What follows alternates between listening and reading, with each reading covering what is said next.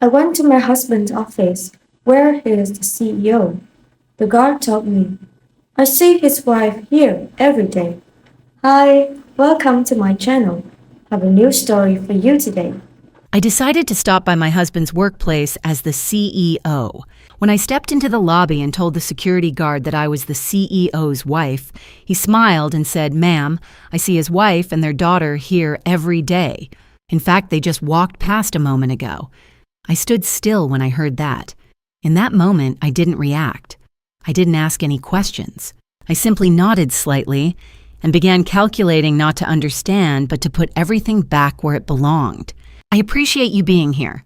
Before we continue, tell me where you're watching from, drop your city or country in the comments so we can connect. Also, please note parts of this story may include fictional elements for entertainment and learning. Any resemblance to real people or places is unintentional, but the message is meant to be useful. I made Gordon's coffee the same way I had for 31 years. 2 sugars, a splash of oat milk poured into the navy blue mug he'd had since before we were married. Every morning, same ritual, same kitchen, same house on Pemberton Place in Tarrytown, one of Austin's oldest and quietest neighborhoods, where the oak trees grew so wide their branches touched across the street, and the houses sat back from the road like they had nothing to prove. I used to love that about our life, the steadiness of it. I was Vivian Hartwell. I am 58 years old, founder and CEO of Hartwell Dynamics, a supply chain automation company I had built from a spare bedroom and a stubborn refusal to fail into a $200 million operation headquartered in the Domain Northside district of Austin. I had sat across from investors who didn't believe in me negotiated contracts that kept me up until 3 in the morning, and made decisions that affected hundreds of families who depended on our company for their livelihoods. I was not a woman who panicked easily, but that Tuesday morning in November of 2025, standing in my own kitchen with a cup of coffee going cold in my hand, I felt something I hadn't felt in a very long time: restless. Gordon had left early. He was 55, 3 years younger than me, and he had the kind of easy charm that made people want to be around him. We had met at a dinner party in 1994 when I was 27 and still figuring out who I wanted to be. He was 24, funny and warm, and he made me feel like the most interesting person in the room. We married the following year, bought this house in Tarrytown with money I had saved, working double shifts at an accounting firm, and started building what I genuinely believed was a good life. He never had much ambition for a career of his own. He managed our household finances, handled the contractors and the social calendar, and the things I never had time to think about while I was running a company. I told myself that was a partnership. I told myself that was love expressed in practical terms. For 31 years, I believed that. I set his coffee mug in the sink, picked up my keys, and made a decision I had never made before. I was going to surprise him at the office. It sounds simple. It was a Tuesday. I had a 9 o'clock I could push. I thought I would bring Gordon a latte from the cafe downstairs in our building. Maybe take 10 minutes to sit with him in the lobby before the day swallowed us both. We hadn't done anything spontaneous in longer than I could remember, and somewhere between the restlessness and the cold coffee, I thought maybe that was something I could fix. I drove the 15 minutes from Tarrytown to Domain Northside with the windows down, even though the November air had a bite to it. Austin in the fall had always felt like a gift after the brutal summers, the sky turning that particular shade of pale blue that made the city look like somewhere from a painting. Hartwell Dynamics occupied the top 3 floors of a glass tower on Discovery Boulevard. The lobby was all clean lines and warm wood designed to feel welcoming without being soft. I had chosen every detail of it myself. I walked through the main entrance and immediately noticed Corinne at the security desk. Corinne was our head of lobby security, a sharp, no-nonsense woman of about 40, who had worked the front desk for going on 6 years. She knew every face in the building, remembered birthdays, and had a memory for names that put everyone else to shame. She looked up when she saw me and smiled. "Mrs. Hartwell, good morning. You're in early." "I am," I said. "Is my husband upstairs?" I thought I'd surprise him. Something shifted in Corinne's expression. Not alarm, exactly. More like the particular discomfort of someone who has just realized they are standing at the edge of a conversation they did not expect to have. She tilted her head slightly.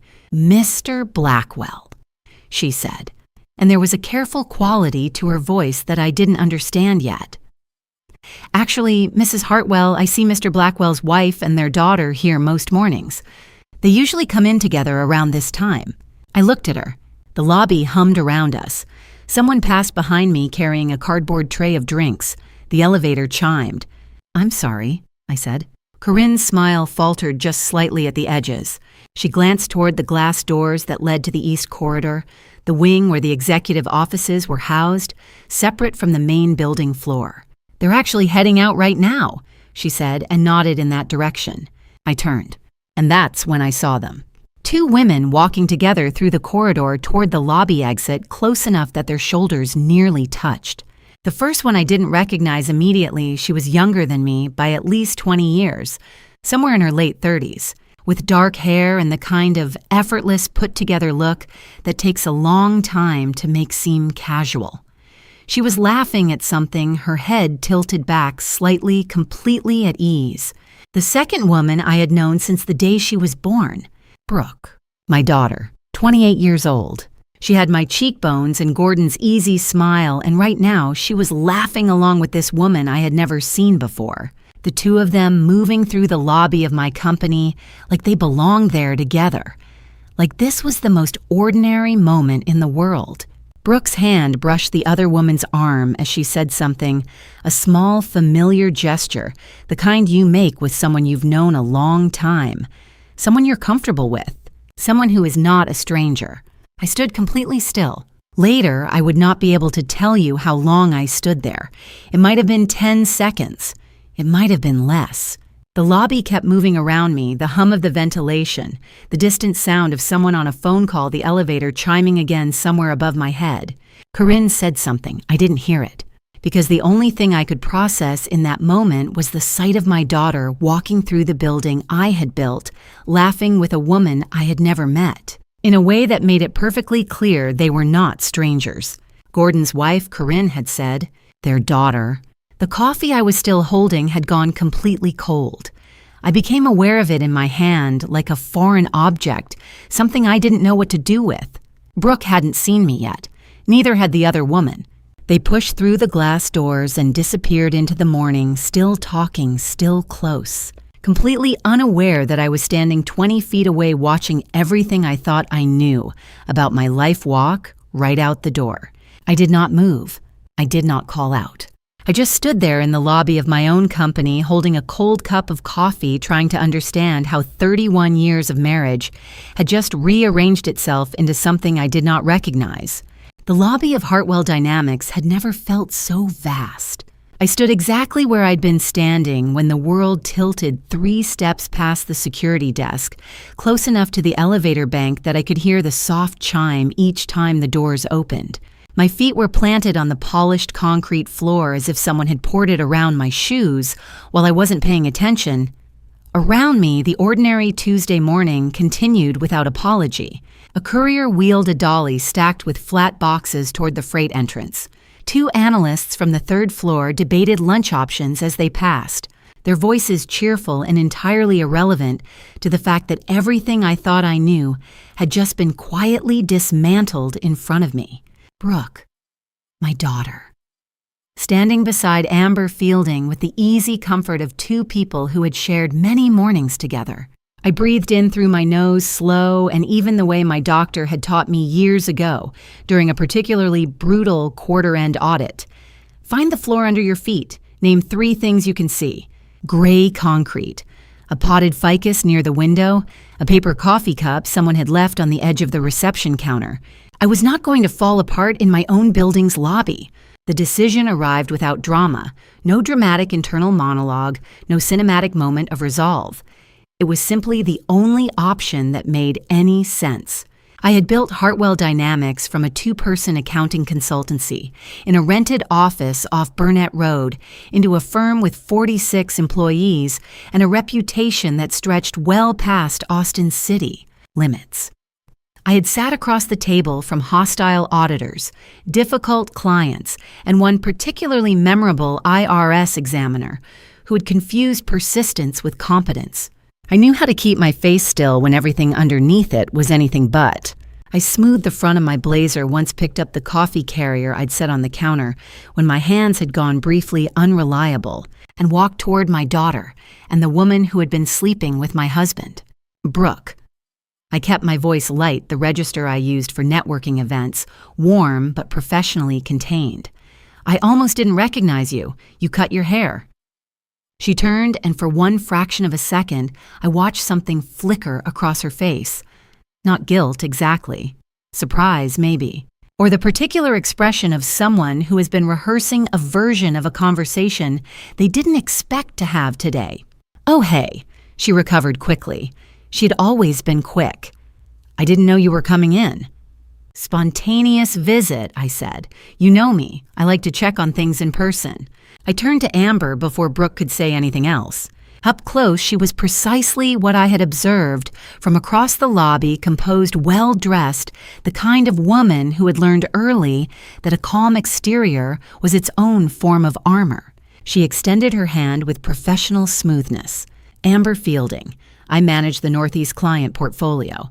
Of course. I shook it. Her grip was firm. Mine was firmer. I've heard good things. I had heard nothing about her professionally, but the sentence served its purpose, which was to give us both somewhere to stand that wasn't the truth. We spoke for perhaps 4 minutes. I asked Brooke about a regional compliance update she'd mentioned at dinner 2 weeks ago, a dinner during which Gordon had been charming and attentive and had refilled my wine glass without being asked. I asked Amber one targeted question about Q4 projections, listened to her answer, and nodded as though it mattered. I was performing competence while something inside me cataloged details with cold, methodical attention. The way Brooke's eyes didn't quite meet mine when she laughed.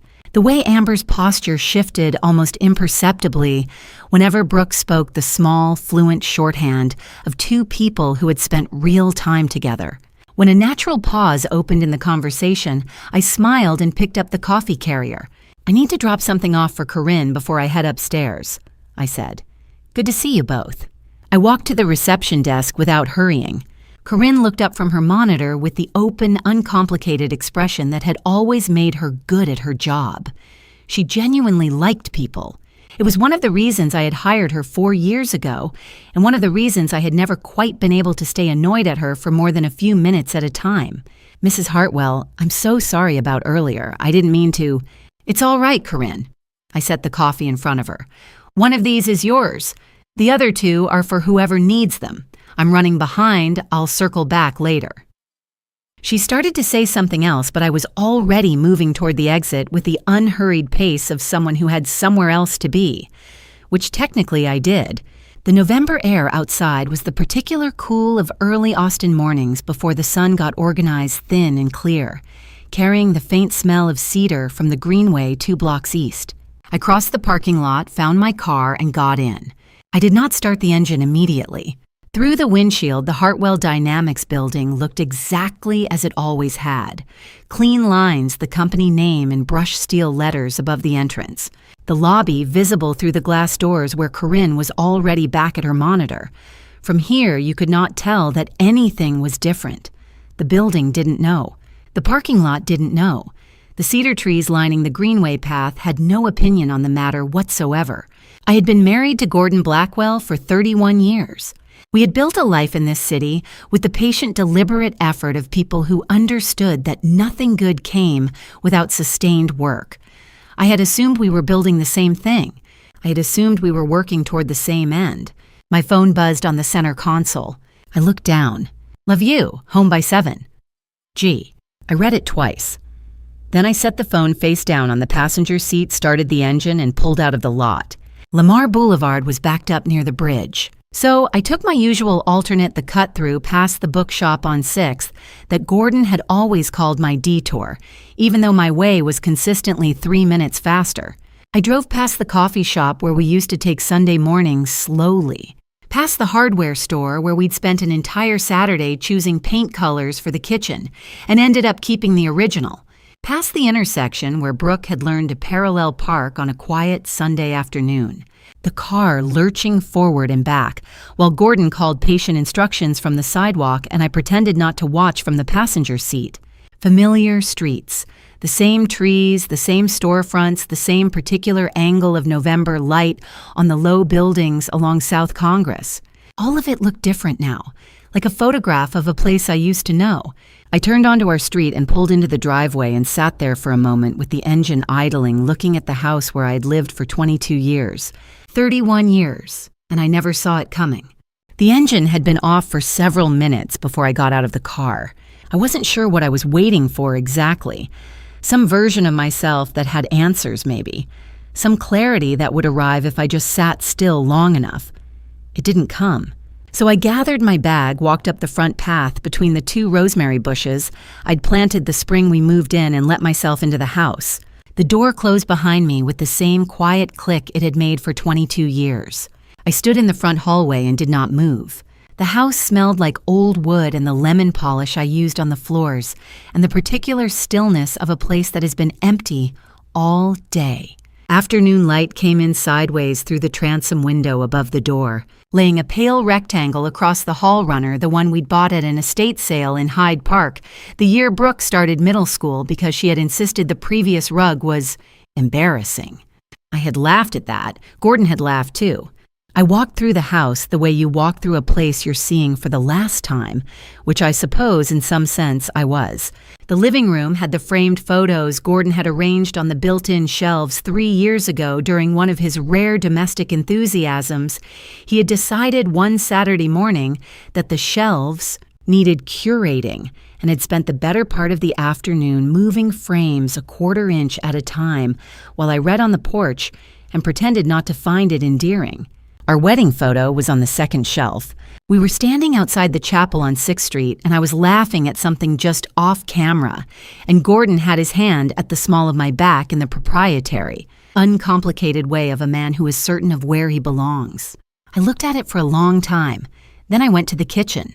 Cooking was the thing I did when I needed my hands to be occupied and my mind to be quiet. I had learned this about myself during the first brutal year of building the firm.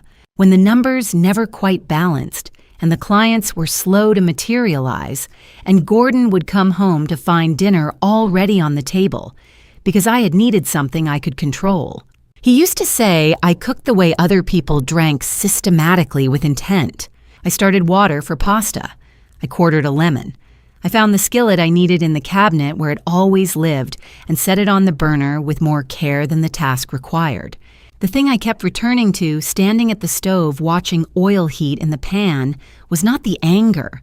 The anger was there. I could feel it banked and waiting like coals under ash. What kept surfacing instead was the arithmetic of ordinary moments. Dinner last Thursday. The phone call last week where he had asked me to pick up his dry cleaning and I had said yes without thinking the way you say yes to the 10,000th small request in a long marriage. The Sunday morning 2 weeks ago when he had brought coffee to the porch without being asked, and we had sat together, reading, not speaking, in the easy silence of people who no longer need to fill space with words. He had been with Amber Fielding. During all of that, he had been with Amber Fielding. And Brooke, my daughter, the person I had driven to her first day of kindergarten, the person I had stayed up with through 3 nights of fever when she was 7, the person I thought I knew with the specific certainty of a mother Brooke had known.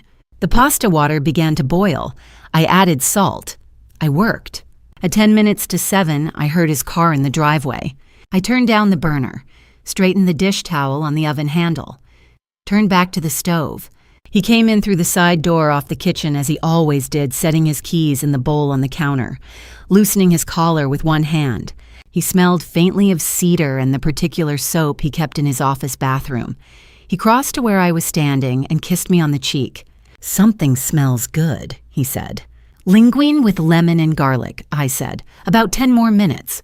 He poured himself a glass of water and leaned against the counter the way he always did when he was unwinding from the day, shoulders dropping, one ankle crossed over the other, asking surface questions about nothing in particular.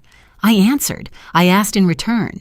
I watched his face the way I had watched a dozen difficult clients over the years, cataloging micro-expressions with the patience of someone who understood that the most important information rarely announced itself. "I stopped by Hartwell Dynamics this morning," I said, keeping my eyes on the pasta. Spontaneous thing. I wanted to check in on Corinne about the reception desk coverage. A beat, barely a beat. "Good thought," he said. "Was she around?" "She was." I stirred. I dropped off coffee, ran into a couple of people in the lobby. "Anyone interesting?" The question was easy, relaxed. The tone of a man asking about the weather. "Nobody special," I said. "Just a quick stop." He nodded and reached past me to open the cabinet where we kept the pasta bowls, setting 2 on the counter the way he had done 1,000 times, moving through the kitchen with the unconscious fluency of a man entirely at home. Not a single hesitation, not one misplaced pause. Whatever Gordon Blackwell was, he was not careless. Dinner passed. We talked about a city council proposal for a new development corridor near the Muller district that Gordon found overreaching. I agreed with parts of his argument and pushed back on others the way I always did, the way he had always seemed to enjoy. He refilled my water glass. I passed him the Parmesan. By 9:30, he was asleep. I lay on my side of the bed we had shared for more than 2 decades and listened to his breathing slow and deepen into the unconcerned rhythm of a man with nothing on his conscience. The ceiling was the same cream it had been since we repainted 4 years ago. The same ceiling fan turned slowly overhead. The same faint sounds of the neighborhood settling in for the night, a dog somewhere on the next block, a car passing on the street. The familiar creak of the old oak at the corner of the house. All of it exactly as it had always been. The man sleeping beside me had kissed me on the cheek tonight and asked if dinner smelled good, and passed me the salt and made it look effortless. Whatever he felt, whatever he wanted, whatever he and my daughter had decided together, he had folded it all neatly away and come home and sat at our table and called this a normal evening. I stared at the ceiling and did not sleep. The man lying next to me was a stranger wearing my husband's face. The clock on my nightstand read 2:07 a.m. when I finally stopped pretending. Gordon hadn't moved in hours. He slept on his back with one arm folded across his chest, breathing with the steady, unhurried rhythm of a man entirely unbothered by the particular shape of his conscience. I had been listening to that rhythm for what felt like the whole of a very long night, and somewhere around 2 o'clock I accepted that sleep was not going to happen and that lying still was no longer something I was capable of. I moved carefully, slid to the edge of the mattress, picked up my robe from the chair, and walked out of the bedroom without making a sound. The hallway was dark except for the small nightlight near the linen closet, something we'd installed years ago when Brooke was young and still occasionally stumbled out of bed looking for water. We had never taken it out. Another one of those small domestic permanences that accumulate without decision the way the texture of a long life does. I walked past it and turned toward Gordon's home office at the end of the hall. I didn't have a clear plan. I want to be honest about that. I was not operating on strategy. At 2 in the morning, I was operating on something older and less articulate. The specific instinct of a woman who has run a company for 16 years and learned that the information you don't have is almost always the information that matters most. Something was in that office. I didn't know what. I knew it was there. The office smelled like him, the cedar soap a trace of the scotch he kept in the low cabinet near the window, old paper, and the faint electronic warmth of equipment left on standby. I didn't turn on the overhead light. I used my phone's flashlight instead, keeping the beam low, moving it slowly across the desk. His desktop, a legal pad with nothing on it, a charger coiled near the monitor, the wooden inbox tray where he kept documents he was actively working. I opened the top drawer, pens, paper, clips, a small screwdriver, the reading glasses he refused to acknowledge he needed. The second drawer, files, nothing remarkable. The third drawer was stiffer than the others.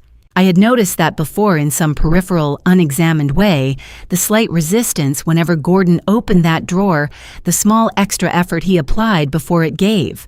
I had filed it under the category of things that need a little WD-40 and never thought about it again.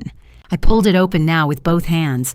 At the back, behind a folded road map that still had a gas station logo on the cover from a company that had stopped existing at least a decade ago, was a Samsung phone in a dark case. Slim. Nothing distinctive about it from the outside. I held it for a moment. Then I turned it over and pressed the power button. The screen came up asking for a PIN, 4 digits. I sat there in the dark office with the flashlight tilted toward the floor and thought about Gordon Blackwell, the things he kept close, the things he returned to, the private architecture of a person I had believed I understood entirely. I typed Brooke's birthday, month and day the way he had always formatted dates. The phone opened. There are moments that divide a life cleanly in two, before and after, with no bridge between them. This was one of those moments, and I understood it as such even as it was happening. I understood that what I was about to read was going to change the specific texture of every memory I had, and I read it anyway, because not knowing was no longer a form of protection I could afford. The messages to Amber went back 26 months. The earliest ones were careful, cautious phrasing. Nothing overtly stated the language of two people who were testing the temperature of something they haven't yet named. By month 3, the caution was gone entirely. They had a restaurant they preferred the rooftop bar at the Austonian, where they apparently ordered the same things enough times that he could tell her the usual, and she knew exactly what he meant. There were photos. Him and Amber at a high corner table with the Austin skyline behind them, both of them lit by the particular golden quality of a late evening out. He was leaning toward her in the way he had once leaned toward me, with his full attention, as though she was the most interesting thing in the room. I scrolled until I had seen enough. Then I opened the thread with Brooke. It was not a father checking in on his daughter. That thread existed on his regular phone, and I had seen it brief practical the normal traffic of a parent and adult child. This thread was different. This was the conversation you have with a collaborator. The oldest message I could find was 14 months ago. Gordon had written, "Phase 1 is just keeping things stable. Don't overcorrect. She reads people well, you know that better than anyone." Brooke had replied, "I know, I'll be careful. She trusts me." I sat with that for a long time. There were logistics I didn't fully understand yet, references to timelines, to the lawyer situation, to something called the Westlake account that I had no context for. But the shape of it was clear enough. They had discussed me. They had planned around me. My daughter had assessed my trust in her and reported back to my husband like an intelligence asset. And somewhere in the middle of all of it, something had shifted in the way she understood our family, because there was a message from 8 months ago that I almost scrolled past. Amber had sent Gordon a photo of a Sunday breakfast eggs toast orange juice in a glass pitcher, the kind of domestic image that implies a shared morning. Brooke had replied to that thread a few minutes later with a single sentence. "Mornings like that are my favorite. Thanks for including me, Mom." The word sat on the screen in its small, ordinary font. Mom. I put the phone down on the desk and stood up slowly, and the feeling that moved through me then was not rage exactly, though rage was certainly present. It was something larger and colder, and more structural, the specific sensation of a floor you believed was solid, revealing itself to be built on nothing at all. I walked to the end of the hall and out through the kitchen door to the back porch.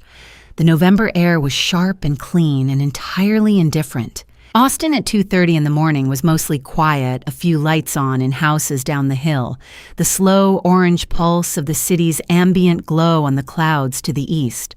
The oak tree at the corner of the yard moved in a small wind. I had cooked dinner tonight. Linguine with lemon and garlic from scratch the way I always did. I had set 2 plates at the table we had bought together at an estate sale in 2009 and eaten across from a man who was running a second life on a phone in the 3rd drawer of his office desk. And afterward, I had washed the dishes while he dried them, and we had talked about city council politics. My daughter had called another woman mother, and I had still been making dinner for all of them. Gordon left for the office at 7:15. I stood at the kitchen window and watched his car back out of the driveway with the same unhurried confidence he brought to every departure, one hand on the wheel, the reverse executed in a single smooth arc the way a man moves when he has never had reason to look over his shoulder. The taillights disappeared around the corner. I stayed at the window for another full minute looking at the empty street, and then I poured my coffee and went to work. Not to Hartwell Dynamics. Not today. I sat down at the desk in my own home office, the smaller room at the front of the house. The one with the window that looked out onto the rosemary bushes, and I opened every joint financial account we held. Checking. Savings. The home equity line we had established 8 years ago and never drawn on. The brokerage account we had funded incrementally since Brooks College tuition was finally cleared. I laid them out across the screen in parallel tabs the way I laid out quarterly reports, and I began to read. I had been a numbers person my entire professional life. Before Hartwell Dynamics, before the firm had a name or a staff or a reputation, I had been an auditor, the kind of work that teaches you that money always tells the truth, even when the people handling it do not. Numbers don't have feelings. They don't construct narratives or make excuses. They simply record what happened in sequence without editorial comment. All you have to do is read carefully enough and long enough, and eventually the pattern announces itself. It took me 45 minutes to find the first one. The withdrawals didn't announce themselves as a pattern. Initially, that was the sophistication of it. They were distributed across account types and spaced irregularly, which meant that no single monthly statement would flag anything unusual. A transfer of $8,000 from the joint savings in March of last year, categorized under home improvement. A cash withdrawal of $6,500 from the checking account the following month on a Tuesday, unremarked. A wire transfer in May to what appeared to be a vendor account. A vendor I had never heard of, and when I cross-referenced against our actual home maintenance records, had never hired. I opened a fresh document and began listing them in chronological order. By the time I had worked through 14 months of statements, the document was 3 pages long, and the number at the bottom was $340,000. I sat back in my chair and looked at it. $340,000. Extracted from accounts I had funded alongside Gordon for the better part of 3 decades, money from the firm's good years, from the careful decades of compound growth, from the quarterly bonuses I had reinvested instead of spending because I had always believed we were building something that needed tending. All of it moved in small, careful increments over the course of 18 months to places I had not known to look. The largest consistent expense revealed itself when I cross-referenced the wire transfers against the Austonians' publicly listed lease rates. $4,800 per month beginning 19 months ago, drawn from the vendor account Gordon had established using a variant of his middle name, Randall, which appeared on his birth certificate but which he had never used in the 31 years I had known him as the account holder. $57,600 in rent alone for an apartment in one of the most expensive residential towers in downtown Austin, 20 minutes from the house where I had been cooking linguine and discussing city council policy. I noted the address, Unit 47, the Austonian 200 Congress Avenue. The restaurant charges required less detective work. Uchi Austin appeared on the joint credit card 18 times over the previous 2 years, a restaurant I had always associated with the client entertainment Gordon occasionally mentioned, the kind of business dinner that generates a receipt and a write-off. I had never questioned it. Now I pulled up each charge and noted the amounts never less than $240, several exceeding $400. Dinner for 2. Consistently on Thursday evenings. I checked his calendar against my own records. Every one of those Thursdays, Gordon had told me he was at client dinners. He had been at Uchi with Amber Fielding 18 times.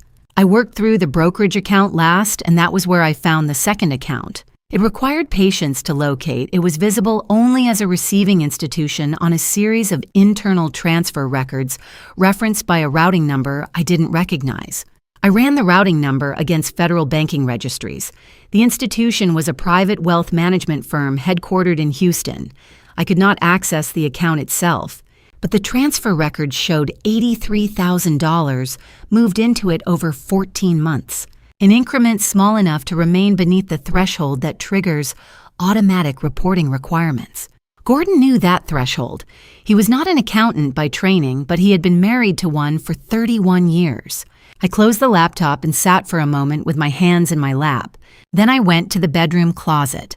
Gordon kept his older suits in the back section of the walk-in jackets he'd owned for years, things he cycled through infrequently. The charcoal wool he'd bought for Brooke's college graduation that he claimed still fit, but hadn't worn since. I worked through the pockets methodically the way I worked through everything starting from the left and moving right. The jacket I was looking for, or rather the jacket that was looking to be found, was a navy blazer near the center of the row.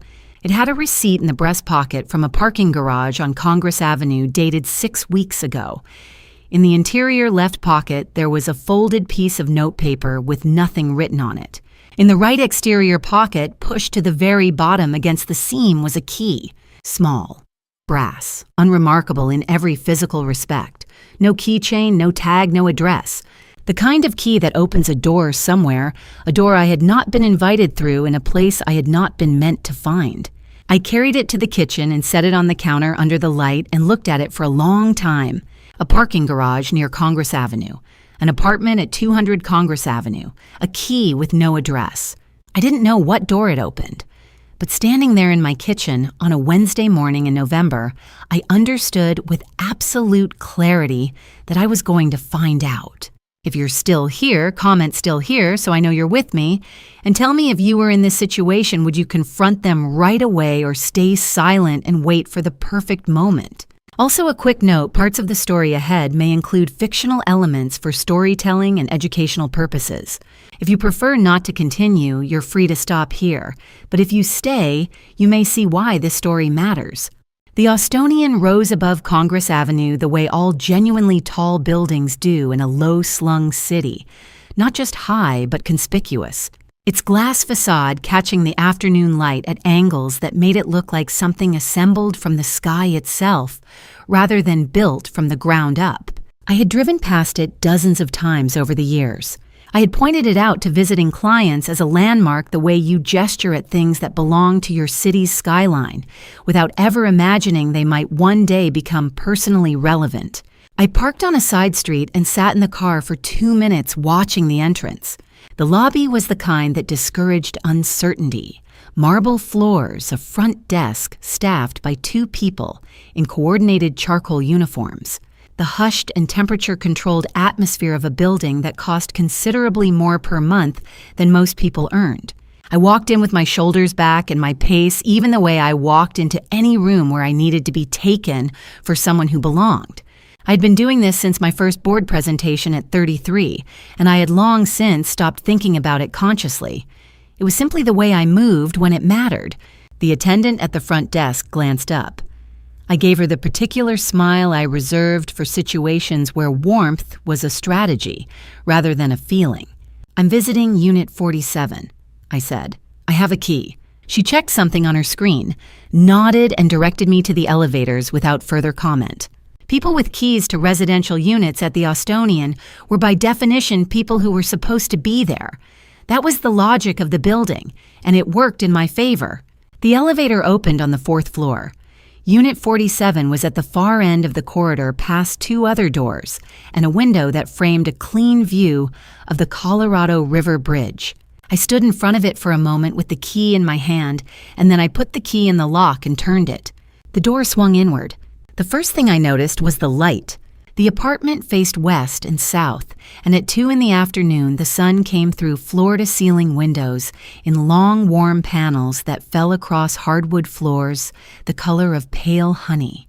Someone had chosen those floors deliberately. Someone had selected the furniture a cream sofa with linen throw pillows, a low walnut coffee table, a pair of reading chairs angled toward the view with the particular care of a person creating a life rather than furnishing a space. I stepped inside and closed the door behind me. The kitchen was to the left, open plan stone countertops, a spice rack on the wall above the range with bottles arranged by height. I recognized the brand of olive oil on the counter. Amber Fielding apparently had the same kitchen preferences as my husband. Or perhaps Gordon had stocked this kitchen the way he had always stocked ours because it was the only way he knew to make a space feel inhabited. I walked slowly. I was not in a hurry. Hurrying at this point would have been a form of disrespect to the magnitude of what I was looking at. On the living room shelves built-in painted white, flanking the window, there were books and small objects arranged with editorial intention. A glass bowl, a ceramic figure I didn't recognize, and photographs.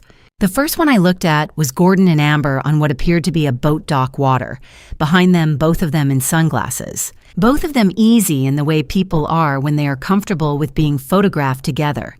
He had his arm around her in the same proprietary way he had stood in our wedding photo. It was a posture I had catalogued 31 years ago as evidence of a man who knew where he belonged. I understood now that it was simply a posture he had. I moved to the next frame, then the next, and then I found Brooke. It was a candid shot, Brooke laughing at something off camera, sitting at what I recognized as the kitchen table in this apartment, a mug in both hands. She looked at home. She looked comfortable in the way people look when they are not performing for the camera, when they have forgotten it's there, because the place they are sitting feels ordinary and safe.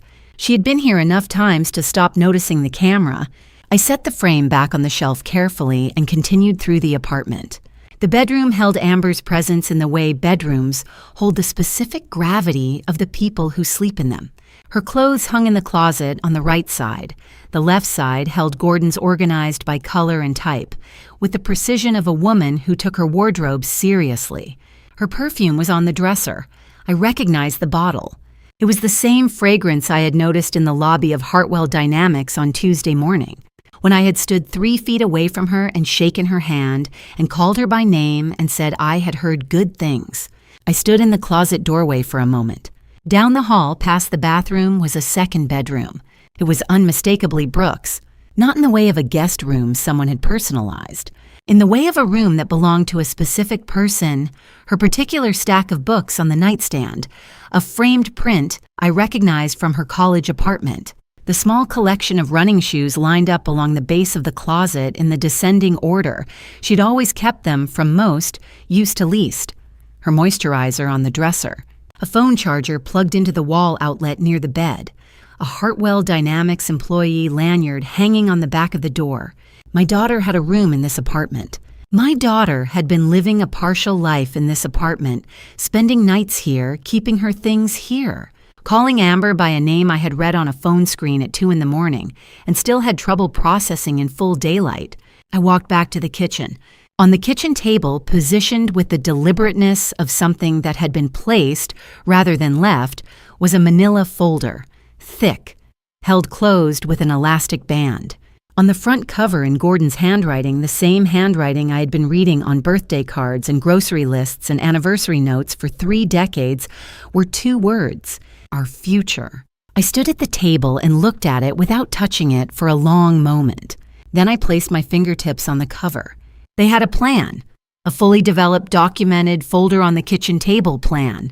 And I had been the only person in the relevant constellation of lives who had not been informed that such a plan existed.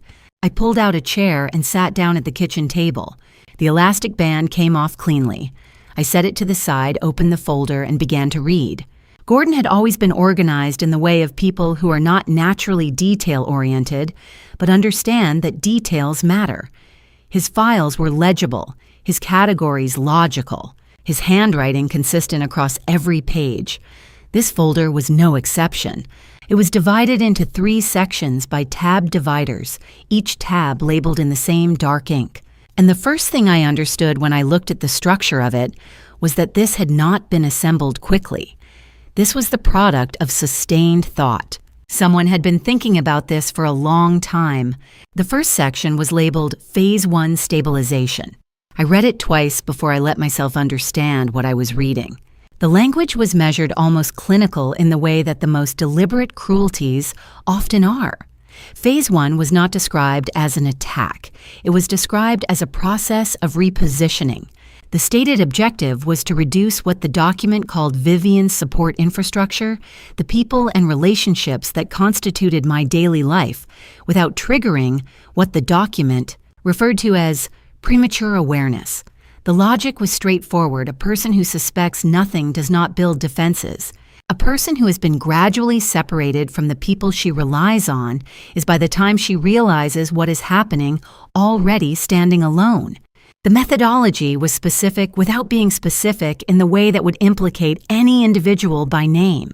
It referenced trusted parties within her immediate circle and professional relationships of long-standing language, careful enough to be deniable and precise enough that I understood exactly what it meant. Someone close to me, someone I would not have questioned, someone whose access to my daily life and my confidence was intimate enough to function as a reliable instrument.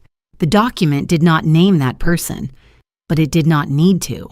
The category was narrow enough that I could construct the list myself, and standing in Unit 47 of the Estonian on a Wednesday afternoon in November, I was already doing precisely that.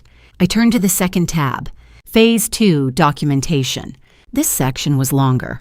It was also in some ways the most methodically disturbing of the three, because it was the section that had required the most effort and the most proximity, the most sustained attention to the specific texture of my life and how it might be reframed for an external audience.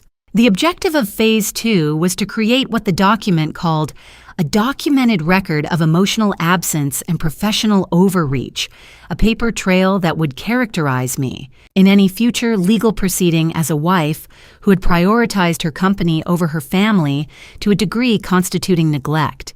The notes reference specific evidence-gathering strategies, preserving messages in which I discussed work during personal time, documenting occasions on which I declined social engagements in favor of professional obligations, building a record of my absence from family events that could be presented without context.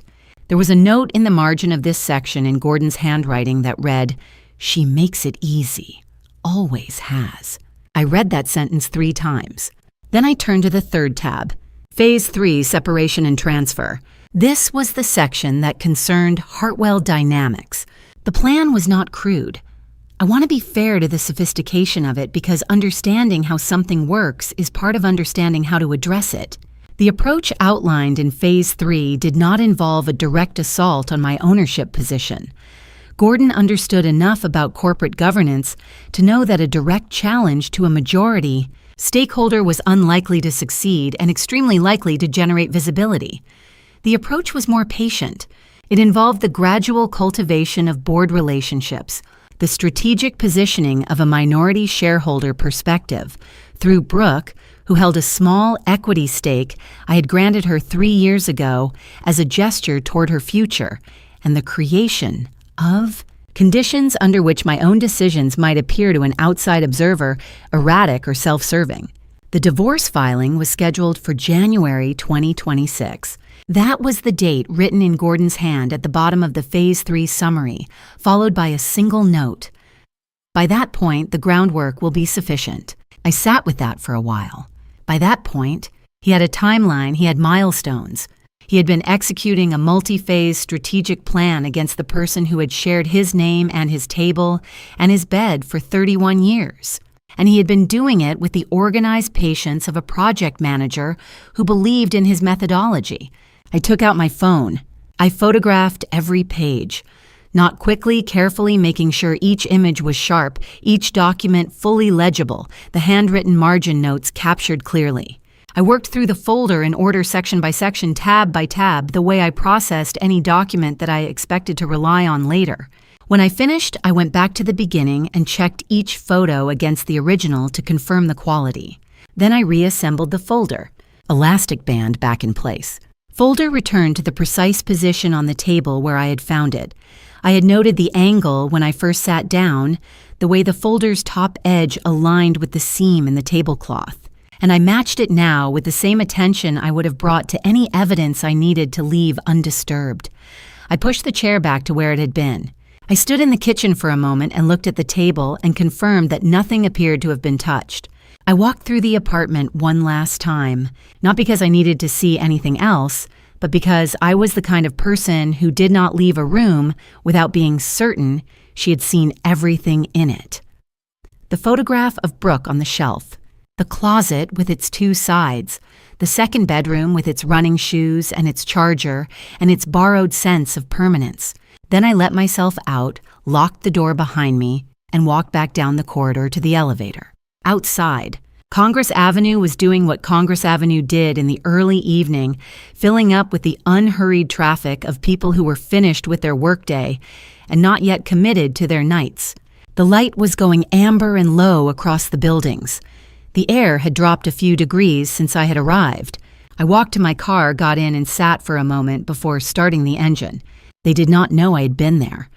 The folder was exactly where Gordon had left it. The apartment looked exactly as it had when I opened the door 3.5 hours ago. As far as Gordon and Amber and Brooke were concerned, the plan was proceeding on schedule.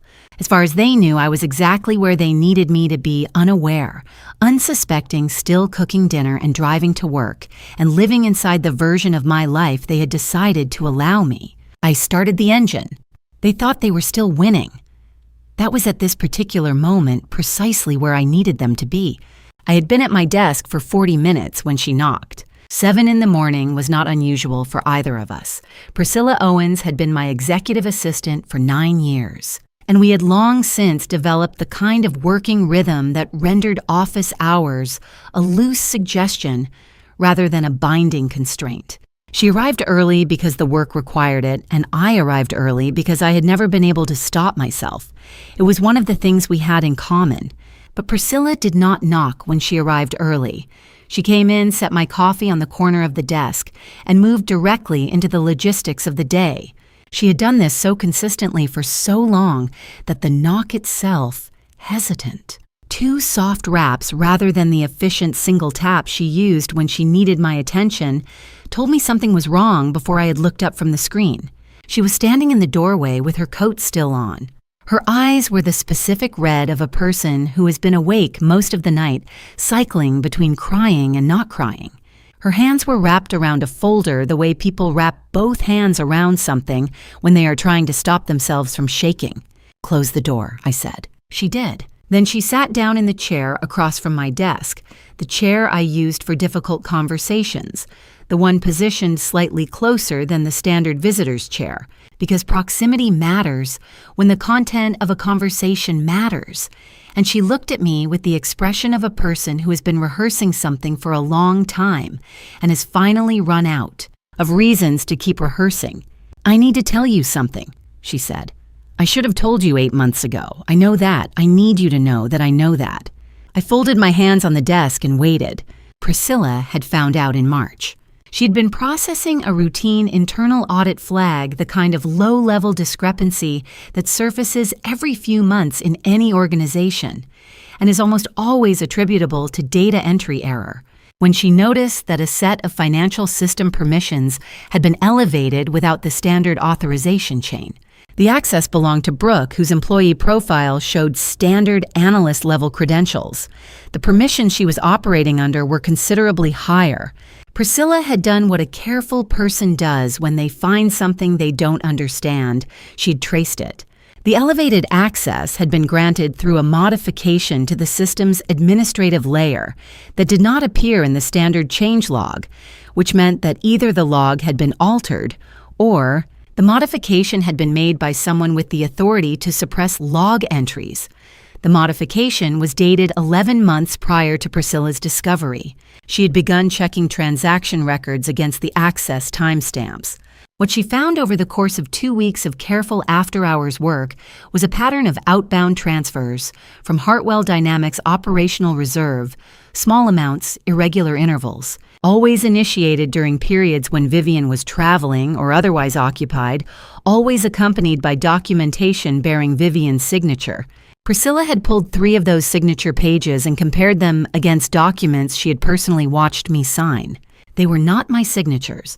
They were competent forgeries, practiced enough to pass a casual review. But Priscilla had 9 years of watching me write my name on documents, and she knew the particular pressure I put on the first letter, the way my hand moved at the end of the loop. These were someone else's interpretation of my signature, someone who had studied it carefully. Brooke's name was the only one with both the system access and the operational knowledge to have executed what Priscilla was looking at. 14 months of transfers, $180,000. Priscilla had been sitting with this information in March when Gordon called her. She was not specific about how he had known she was looking. She thought in retrospect that Brooke had noticed something in the audit logs and reported back. Gordon had been cordial on the phone. He had been, in fact, almost friendly in the particular way of a person who wants you to understand that friendliness is a choice they are making and could unmake without much effort. He had referenced in careful general terms the value of loyalty and the costs of misplaced transparency. He had mentioned specifically a prior compliance matter at Priscilla's previous employer, something that had been resolved and closed, and which Priscilla had disclosed during her hiring process, and had noted that such matters had a way of resurfacing when people started asking questions in the wrong places. He had not said, "Keep quiet or I will end your career." He had not needed to. The architecture of the threat was clear enough without the explicit statement. Priscilla had kept quiet.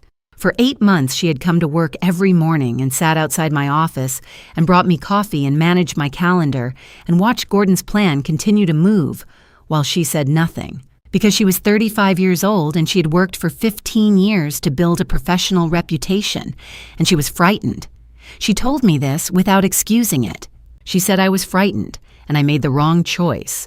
And I am telling you now because whatever he plans to do next is moving faster, and I cannot keep doing this. I did not tell her that I already knew some of what she was telling me. I listened because listening completely is a form of respect, and because the specific texture of her account, the details she had observed, the timeline she had constructed, the fear she had carried without setting it down deserved to be heard in full. When she finished, she reached into the folder she had been holding since she sat down and placed a USB drive on the desk between us. "I backed everything up the day after Gordon called me," she said. "The transaction records the signature comparisons, the access logs, the modification timestamps. I put it on a private server, not Hartwell's system, not anything connected to the company network. Brooke found the original files 6 weeks later and deleted them. She doesn't know about the server." I looked at the USB drive. It was small and unremarkable, the kind sold in multi-packs at any office supply store, labeled in Priscilla's handwriting with a date in April and a single initial V. She had labeled it with my initial. 8 months ago, while she was frightened and silent and doing nothing, she had backed up the evidence and labeled it with my initial and kept it on a server where no one could reach it. I picked it up. Through the window behind my desk, Austin's morning was coming into focus, the sky going from gray to pale blue, the Domain Northside buildings catching the first direct light, the particular clarity of a Thursday morning in November that had no idea what was being said in this room. My daughter had taken $180,000 from the company I had built. She had signed my name to the documents. She had done it over 14 months carefully with enough patience and precision that it had very nearly gone unnoticed. $180,000 and 31 years of trust. Helena Marsh's office was on the 14th floor of a building on Congress Avenue, 4 blocks north of the Austonian. I had driven past this building on Wednesday afternoon on my way to Unit 47. I had parked on the same street. I found this detail neither ironic nor coincidental. Austin's downtown core was compact enough that significant things had a way of occurring within walking distance of each other, which was either a feature of the city or simply a feature of the way I was moving through it this week, with everything suddenly arranged in proximity. Helena had been recommended by a colleague I trusted, a corporate attorney I had worked with during a difficult contract dispute 4 years ago. Someone who had seen me operate under pressure and knew the kind of counsel I would require. He had said, "She's the one you want when the other side thinks they've already won." I had written her name down at 7:15 that morning after Priscilla left my office and called at 8 when her office opened. She was in her early 50s with the particular composure of someone who had spent decades in rooms where people were at their worst and had developed a professional immunity to surprise. Her office was orderly without being sterile case files arranged on credenzas along one wall, a single window behind her desk, with a view of the Capitol dome in the middle distance.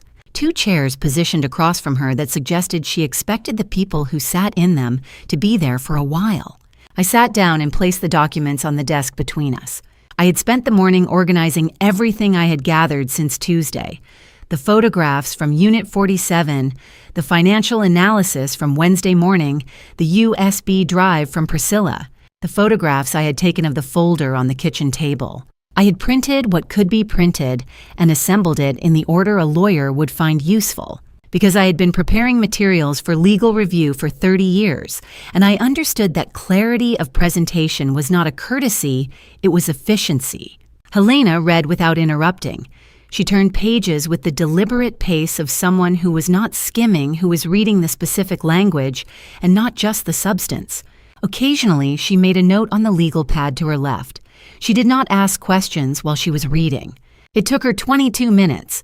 When she finished, she set the last page down and looked at me with an expression that was not quite sympathy and not quite calculation, something more precise than either. The focused attention of a professional who has just finished taking the measure of a problem.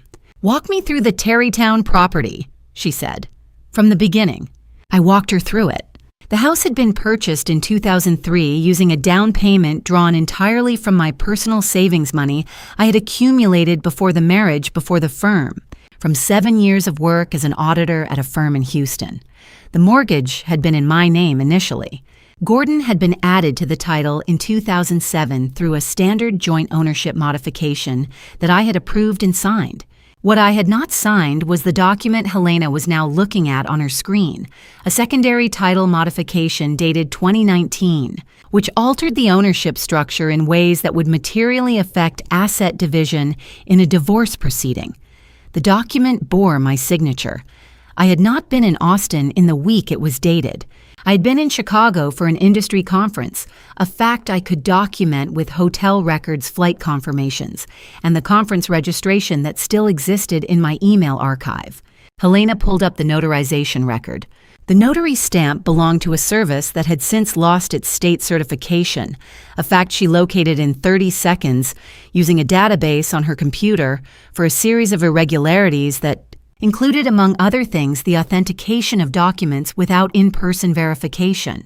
She looked at the signature on the document and then at the signature on the USB drive's transaction records that Priscilla had compiled. "The same hand," she said. "That's my assessment as well," I said. She was quiet for a moment. She picked up her pen and put it down again. "Mrs. Hartwell," she said, "I want to be precise with you about what we're looking at because I think you're someone who prefers precision to reassurance." "I am," I said. "The financial transfers, the ones from the joint accounts, the operational reserve, the subsidiary account in Houston, those are grounds for a civil claim, strong grounds. The forensic trail your assistant preserved is exceptionally well documented, and the scale involved means that a judge will take it seriously as a factor in asset division." She paused. "The Terrytown document is different. Title fraud executed through a compromised notarization service, with a demonstrably forged signature on a document dated to a period your travel records can account for. That is not a civil matter. That is a criminal matter. I had known this. I had known it since Wednesday morning when I first pulled the property records.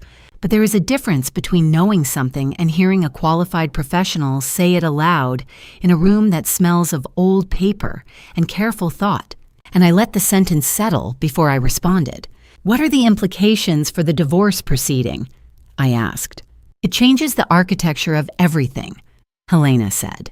"A party who has committed document fraud in connection with marital assets is not approaching a divorce negotiation from a position of strength. Their attorney in Gordon will have one, probably already does, we'll know that. The moment we file and disclose the evidentiary basis, the negotiating posture on the other side changes completely." She looked at me steadily. "This could move into criminal territory. I won't promise you outcomes, that's not what I do, but I want you to understand that what you have here is not just a divorce case." The Capitol dome was still visible through the window behind her. I had driven past it every working day for 16 years. "What do you recommend?" I asked. Helena Marsh looked at the organized stack of documents on her desk. Then for the first time since I had walked into her office, she smiled. It was brief and precise and entirely professional. "We file first," she said. "We file today." I looked at her for a moment, then I nodded. The conference room on the executive floor had floor-to-ceiling windows on two sides. I had chosen this room deliberately when we renovated the space 6 years ago over the objection of the contractor who said the structural modifications would cost more than they were worth. My reasoning had been simple. A room where everyone could see the city reminded people that decisions made inside it had consequences outside it. It was the room I used for board meetings for difficult conversations, for any occasion where I needed the people around the table to remember that what they were doing mattered beyond the four walls. Cornelius Fitch was standing at the window when I came in. He was 65 with the kind of physical stillness that comes not from placidity, but from decades of choosing carefully when to move. He'd been on the Hartwell Dynamics board since the firm's 5th year, when I had recruited him from a corporate governance advisory role at a Houston-based investment group. He had never been the loudest voice in any room I had shared with him. He had consistently been the most important one. He turned when he heard the door and extended his hand. "Vivian," he said. Not "good morning," not "how are you," just my name in the tone of a man who understood that we were past pleasantries. We sat down not across from each other as in an adversarial arrangement, but at the corner of the table, the way people sit when they are working on the same problem. I opened the folder I had brought and placed it between us. I had organized the presentation the way I organized everything chronologically, with the evidence sequence to build understanding before it built outrage. The financial irregularities first, the $340,000 in joint account withdrawals, the $4,800 monthly transfers to the Congress Avenue address the Houston account. Then the Hartwell Dynamics material, the elevated system accessed the forged signatures, the $180,000 in operational reserve transfers that Priscilla had documented across 14 months. Then the folder from Unit 47, then the Terrytown title documentation. I spoke for 17 minutes. Cornelius did not interrupt once. When I finished, he was quiet for a long moment. He looked at the documents spread across the corner of the table with the expression of a man who is not surprised by what he is seeing, but is giving it the gravity it deserves. "How much of this did you know?" I asked. He looked at me directly. I knew something was structurally wrong. I did not know the specifics until this moment. He had noticed the anomalies in the board communication patterns approximately 6 months ago. Not financial irregularities, not anything that would have constituted actionable evidence, but a shift in the quality of certain conversations. 2 board members, Raymond Vance and Patricia Ellsworth, had begun introducing governance questions that were technically within their purview, but tonally different from their established patterns. Questions about CEO performance review cycles, questions about succession protocols, questions that taken individually were routine and taken together suggested that someone had been having conversations with them that Cornelius had not been party to. He had not approached me directly, and he told me why with the same precision I appreciated in Helena Marsh evidence that surfaces through the CEO's own investigation carries more institutional weight than evidence brought to the CEO by a board member. If he had come to me in May with a concern, the response would have been containable. Gordon and Brooke could have characterized it as a board member, overstepping, could have introduced enough ambiguity to slow the process. If I came to the board with documented evidence, the response was not containable. "You waited," I said. "I waited," he said. "I am sorry for what that cost you." It was simply said. He did not elaborate, and I did not ask him to. We were not in the room for that. The 2 board members Cornelius had identified, Raymond and Patricia, had each been approached by Brooke over a period of several months. The approach had been gradual in professionally framed conversations about long-term strategic direction, about the relationship between executive leadership and board authority, about what Hartwell Dynamics might look like with a different governance structure. Nothing that would have alarmed a board member operating without context. Everything that would alarm one operating with it. Cornelius had already spoken to both of them that morning before I arrived. "Their positions?" I asked. "Patricia was troubled by what Brooke had implied about your health and decision-making capacity," he said. She had been given the impression over several months that you were under significant stress and that your judgment had become unreliable. She did not entirely believe it. She said something felt staged about the conversations, but she had not acted on that instinct. And Raymond is angry, Cornelius said. He wants to understand how far it went. The vote was not dramatic. Board votes rarely are. In my experience, the drama happens in the preparation, in the conversations that precede the formal moment. And by the time people are actually casting their positions, the outcome has usually been established. Cornelius had spent 6 months in the preparation. I had spent 4 days.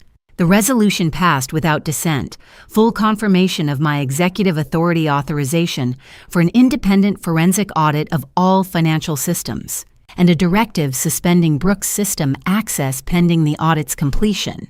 Raymond had added a rider requesting a formal review of governance communication protocols, a procedural measure that was in effect, a documented acknowledgement that the board had been maneuvered and intended to ensure it did not happen again. When it was done, Cornelius gathered the documents on his side of the table into a neat stack and looked at me with the expression he reserved for things that warranted being said aloud. "Hartwell Dynamics was built by you, Vivian," he said. "No one takes it from you, not ever, not while I'm watching." I had been maintaining a particular kind of composure since Tuesday morning, the professional composure of a woman who understands that visible distress is a liability and has therefore declined to display it. It had served me well across 4 days and a considerable amount of information. In that moment, in that room with the city visible through the windows and Cornelius Fitch looking at me with the straightforward respect of someone who meant exactly what he said, I felt the composure shift slightly, not break, shift. I said, "Thank you, Cornelius." My phone was on the table. It vibrated once. I picked it up. The message was from Brooke. It read, "Mom, we need to talk. Please, just the two of us." I looked at it for a long time. Long enough that Cornelius, observing the pause, said nothing and waited. Then I set the phone face down on the table and did not reply. I had not slept at the house on Friday night. After the board meeting, I had driven to a hotel on South Congress. Nothing dramatic. Just a room with a deadbolt and silence and a window that looked out onto the street rather than the yard I had planted by hand in 2004. I had needed one night inside 4 walls that held no history, no accumulated weight of decisions I had made in good faith, while other people made different ones around me.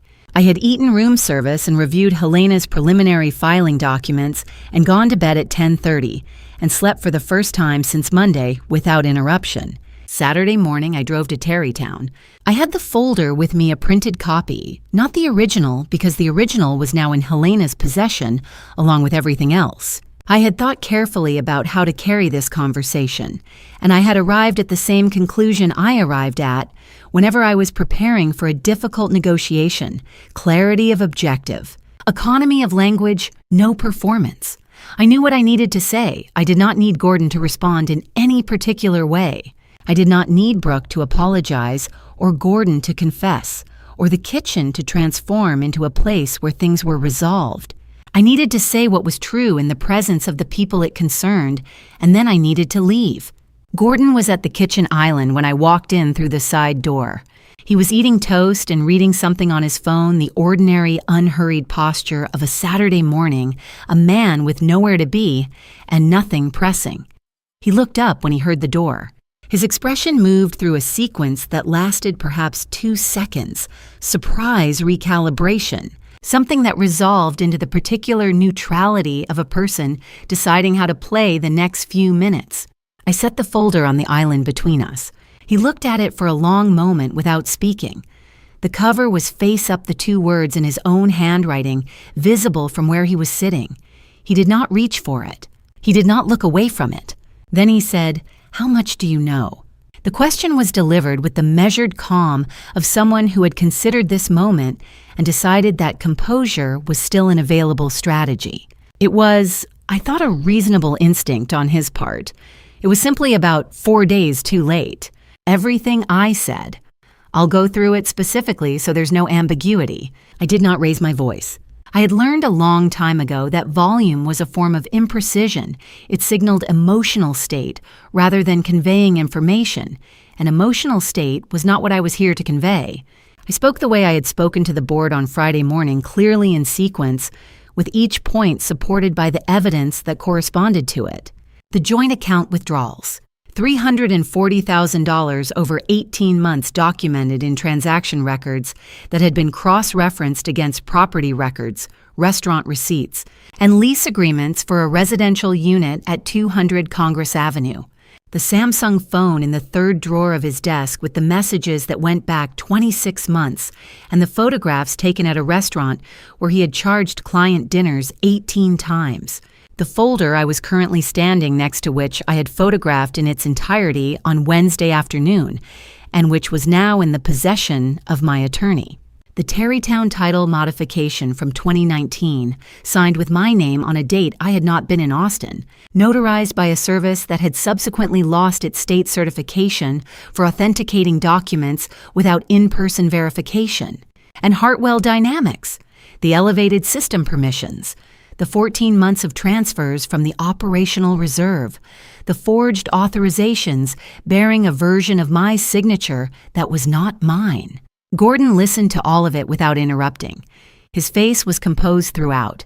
He was, I had always known, a controlled man. He had exercised that control in this kitchen for 31 years at this island over this particular stretch of counter where he had eaten 10,000 breakfasts. He was exercising it now. When I finished, he said, "You've been busy." It was not, I thought, the response of a man who had expected to be in this conversation on this morning. It was the response of a man who had expected more time and was adjusting to the fact that he did not have it. I heard movement from the direction of the living room. Brooke came through the doorway in the clothes she had been wearing the day before she had been here since Friday night, which meant she had been here when I arrived, which meant she had heard some or all of what I had just said. She stood at the edge of the kitchen with her arms crossed and the expression of someone who has chosen a position and has not yet been required to defend it at full cost. She looked at Gordon first, then at me. "Dad told me," she said, "that you never loved him, that you used him." The kitchen was very quiet. I looked at my daughter, the person I had stayed up with through childhood fevers, driven to school in the rain, watched walk across a graduation stage while I sat in the auditorium and felt the specific pride of someone who has given something their full effort and seen it become something real. I looked at her standing in my kitchen telling me what her father had said about me. I did not respond to the claim, not because it had wounded me past response, it had, in ways I would not be cataloging in this kitchen on this morning, but because there was no version of this conversation that was going to resolve anything in the next 10 minutes, and I knew it. And I suspected Brooke knew it too, somewhere underneath the position she had decided to occupy. I looked at her for a long moment, long enough that Gordon shifted slightly against the counter. Then I reached for my keys. "I'm not going to argue about who I am with people who've already decided," I said. "My attorney will be in touch on Monday."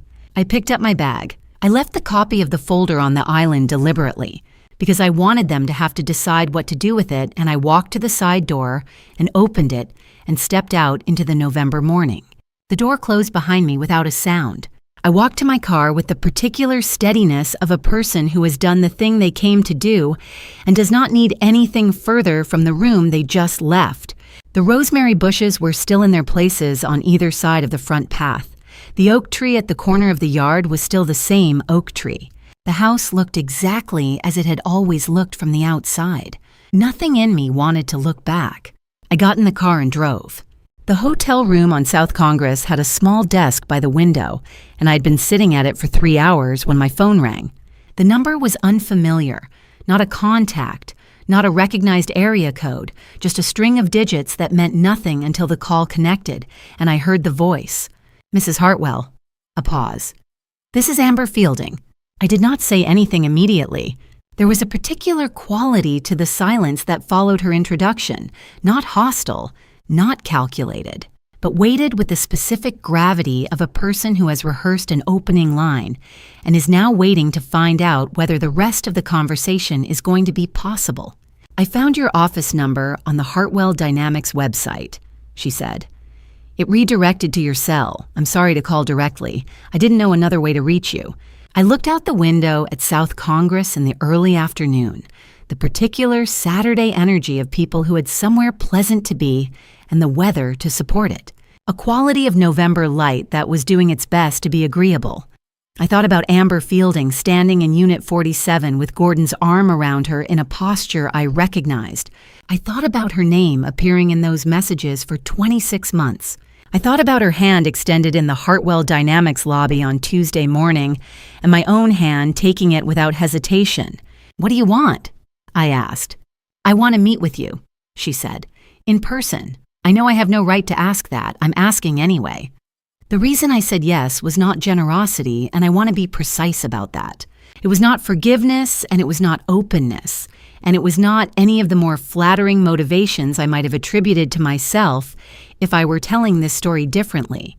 It was curiosity, the specific, cold curiosity of a person who has been looking at an incomplete picture for 4 days and recognizes that one of the pieces is currently on the phone asking to be heard. There's a coffee place near Domain Northside, I said. 1 hour. She was already there when I arrived. She had chosen a table at the back, away from the windows, the instinct of someone who wanted to be neither visible nor cornered, which told me something about her state of mind. She was dressed without the professional precision I had observed on Tuesday. She looked in the plain sense of the word like someone who had not slept well in several days. There was a coffee in front of her that she had not touched. I sat down across from her and did not order anything. She did not begin with the affair. She did not apologize first, or explain herself first, or attempt to establish sympathy as a foundation for what she had to say. She began instead with the emails. She had found them 3 weeks ago. Gordon had been careless not in the way of a person who had made a mistake, but in the specific way of a person who had stopped believing they needed to be careful. The emails were in a folder on a shared laptop they had used primarily for travel planning, in an account she had not previously accessed because it had been set up for a purpose that had seemed routine. She had opened it looking for a hotel confirmation. What she found instead was a correspondence with a woman named Darcy Weston based in Houston that stretched back 14 months. Amber placed her phone on the table between us face up and showed me the relevant sections without being asked. The language was familiar in its architecture, the same measured cadence, the same organized progression of thought, the same handwriting that I had been reading in different forms for 31 years. Gordon wrote to Darcy Weston the way he wrote to everyone he was managing with clarity of objective and economy of emotion. One email dated 8 months ago referred to the Austin situation as approaching resolution phase.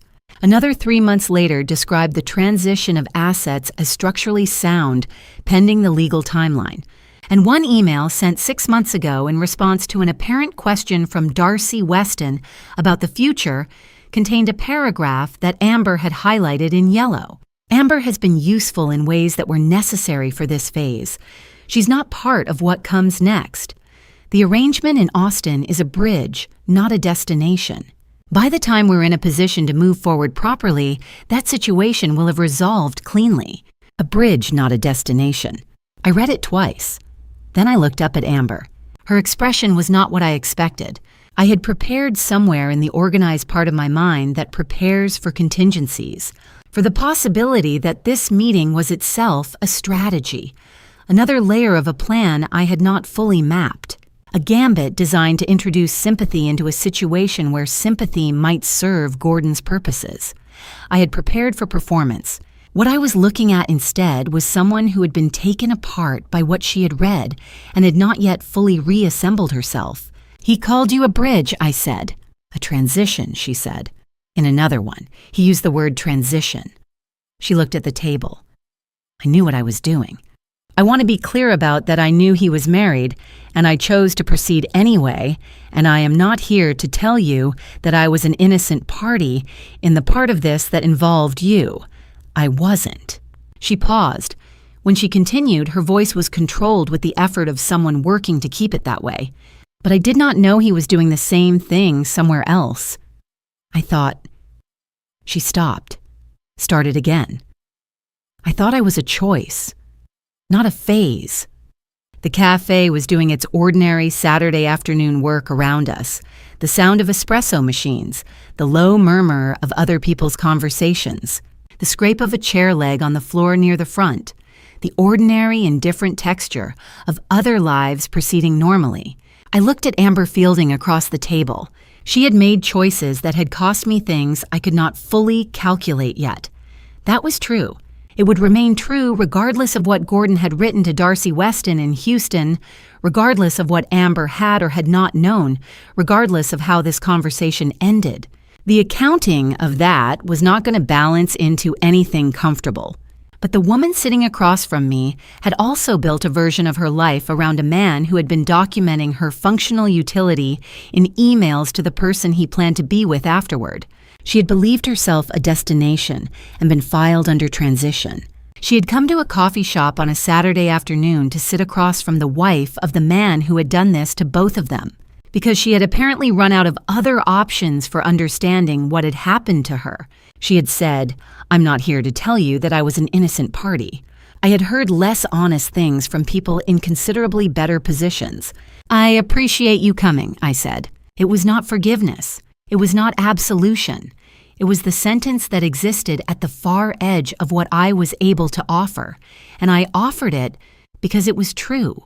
We sat in silence for a while after that. The coffee in front of her cooled without being touched. I had nothing else I needed to say, and neither apparently did she. There was simply the table between us and the noise of the cafe around us, and the November afternoon continuing outside. I looked at her. The woman I had walked up to in a lobby 4 days ago and extended my hand to and called by name. The woman whose perfume I had recognized in a closet 48 hours later. She was not what I had spent 4 days believing her to be. I was not sure what she was, but she was not that. I had been back at the hotel for 2 hours when the doorbell rang. Not my phone, the actual door. I had checked in under my own name, which in retrospect had been less about practicality and more about a refusal to conduct my own life in disguise. I was the one who had nothing to hide. The hotel was small and well regarded, and the front desk staff were professionally discreet. Someone had come to the door. I looked through the peephole. Brooke was standing in the hallway with a manila envelope pressed against her chest with both arms, the way a person holds something they are afraid of dropping. She was still wearing the same clothes from this morning, the ones she had been wearing when she came through the kitchen doorway and told me what her father had said about me. Her eyes were the red of someone who had been crying at intervals for several hours without resolution. I stood at the door for a moment. Then I opened it. She did not come in immediately. She stood in the doorway with the envelope and looked at me with the expression of a person who has prepared several versions of an opening sentence and has, at the moment of delivery, lost confidence in all of them. "I didn't know where else to go," she said. I stepped back from the door. She sat in the chair near the window, the same chair I had occupied for most of the day, and I sat on the edge of the bed, which put us at a distance that was not intimate and not confrontational. She set the envelope on the small table beside her without opening it. She looked at her hands. "Dad told me about you when I was 18, she said. Not all at once. It wasn't a single conversation. It was... She paused, searching for the right word. It was a drip. Something here, something there.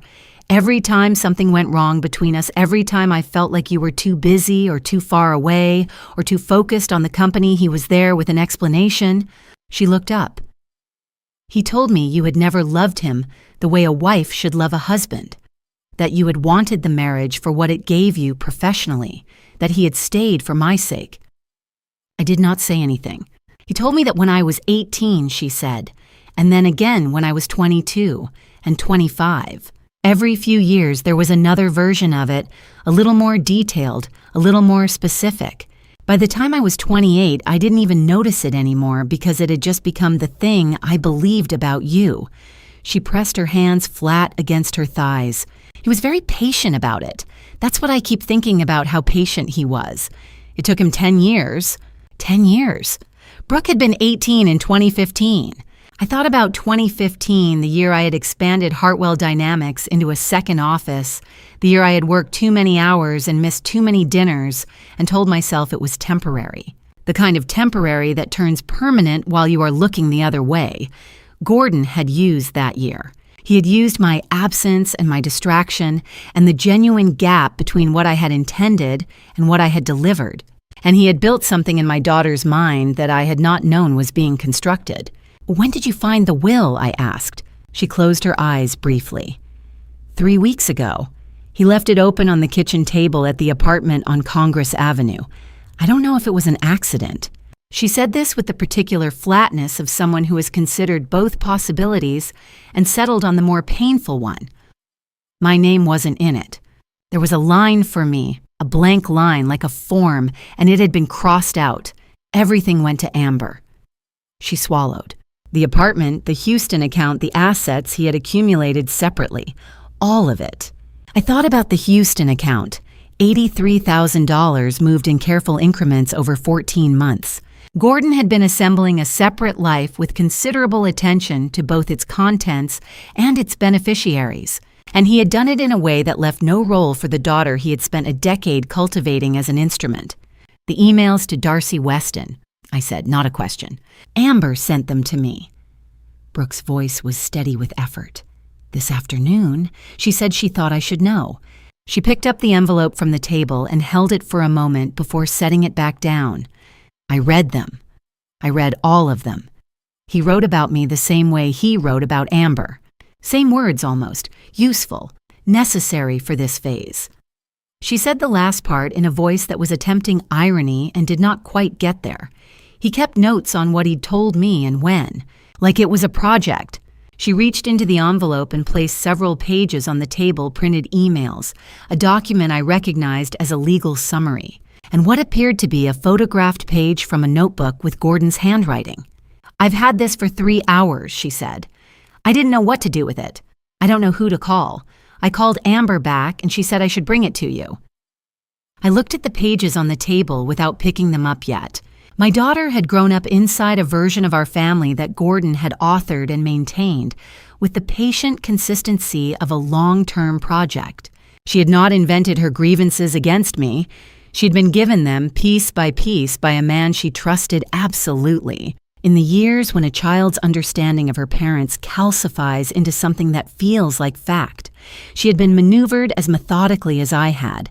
The difference was that she had been 10 years younger when it started and had had no independent frame of reference against which to test what she was being told. This did not erase the morning in the kitchen. It did not erase the message on the Samsung phone she trusts me, or the 14 months of financial transfers, or the board members she had spent the better part of a year carefully misinforming. Those things had happened, and Brooke was old enough to have made choices at each of those junctures. And some of those choices would have consequences that her father's manipulation did not entirely explain away. But she was sitting in a hotel room chair at 9 o'clock on a Saturday night with her father's will in her hands and no name on it, having just discovered that she had been as disposable to him as everyone else. "I'm sorry, Mom." Her voice broke on the second word and did not recover. "I'm sorry, I didn't know. She was crying now, not performatively, not with any apparent attention to how it appeared, but in the unguarded way of someone who has run out of the energy required to cry any other way. I sat on the edge of the bed and looked at my daughter, 28 years old. I had held her in a hospital room and understood for the first time what it meant to be responsible for something you could not fully protect. I had watched her become a person with all the hope and all the terror that entailed. I had missed things I should not have missed and been present for things I had not known mattered, and Gordon had taken every gap and used it. She was asking me to close a distance that had been built across a decade by someone else's careful hands. I wanted to go to her, and I wanted to walk out the door, and I did not know, sitting there in the thin November light of a hotel room in Austin, which of those impulses was the right one. Brooke had left the hotel room at 11:15 the night before. We had not resolved anything, and I had not pretended that we had. She had cried for a long time, and I had sat across from her and let her. And at some point, the crying had slowed into the exhausted quiet that follows it. And we had talked not about forgiveness, not about what came next, but about small, specific things when she had first seen the will, what it had felt like to read the emails, whether she had eaten anything since morning.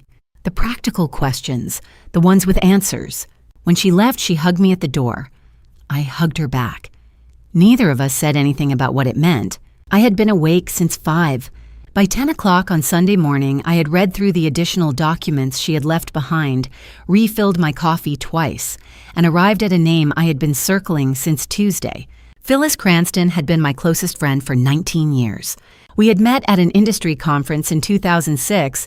She had been on a panel I was attending, said something precise and funny about quarterly forecasting that made me laugh out loud in a room full of people maintaining professional composure. And I had introduced myself afterward with the directness that tends to either end a potential friendship immediately or accelerate it into something real. In our case, it had accelerated. We had lunch twice a month for most of the following decade, talked on the phone with the frequency of people who find the other person genuinely interesting rather than obligatory, and navigated the ordinary complications of long friendship disagreements, distances, the specific adjustments required when two people's lives continue evolving in different directions at different speeds. Sometime in the last 2 years, she had started keeping a distance I had noticed but not understood. I had attributed it to the natural drift of busy lives. I had been wrong. I called her at 10. She picked up on the second ring, which told me she had been expecting the call. Her voice had the careful quality of someone who is not yet sure what the conversation is going to require of them. "Vivian," she said. "Phyllis," I said. "I need you to tell me everything Brooke said to you about me." A long pause, the kind that contains more than silence. "How much do you already know?" she asked. "Enough to understand why you pulled back," I said. "I need to hear your version." She told me. Brooke had first approached her at a dinner party in early 2024, a gathering at a mutual colleague's house that Phyllis had attended, and I had declined because of a client deadline. The conversation had been brief and had presented itself as concern a daughter worried about her mother reaching out to a trusted family friend because she didn't know who else to talk to. Phyllis had been moved by it. Of course she had been moved by it. It was designed to be moving. Over the following months, the concern had developed. Brooke had called twice, texted several times, introduced with each contact a new detail that built on the previous one. Vivian had been placed on medication for anxiety, something with a dosage that was higher than it should be. Brooke implied, and that was affecting her mood and her judgment. There had been an incident at home described obliquely that had frightened Gordon. There was a pattern of behavior that the people closest to Vivian were increasingly worried about, but didn't know how to address. Phyllis had not believed all of it. She told me this directly, and I believed her because Phyllis was not a credulous person, and she had known me for 19 years. But she had believed enough of it, or rather, she had been made uncertain enough by it that she had done what people do when they are uncertain about something they care about. She had pulled back slightly, observing from a distance, waiting for evidence that would clarify the picture in one direction or the other. The evidence she had been waiting for had never arrived because the picture she had been given was false. But uncertainty, once planted, has its own persistence. "I should have called you," she said. "I should have called you the first time she contacted me and told you what she was saying. I've thought about that every day for the last 8 months." "Why didn't you?" I asked, not with accusation, with genuine curiosity, the kind I had been bringing to every conversation this week. Because if it was true, she said, calling you would have made everything worse. And if it wasn't true, if I called you and it turned out Brooke was lying, then I would have damaged something between you and her that I had no right to damage. She paused. I convinced myself that staying quiet was the kind thing. I know how that sounds now. I looked out the window of the hotel room. Sunday morning in Austin had the particular quality of a city that had stayed out late and was taking its time returning to itself, slower traffic, longer shadows. The sound of church bells from somewhere east of Congress. She was trying to isolate me, I said. You were one of the people she targeted. She approached you because she knew that if you pulled back, I would feel it and not understand why. I know, Phyllis said. The 2 words carried the weight of someone who has arrived at an understanding they would have preferred not to reach. Vivian, I'm so sorry. I'm so sorry I let that happen.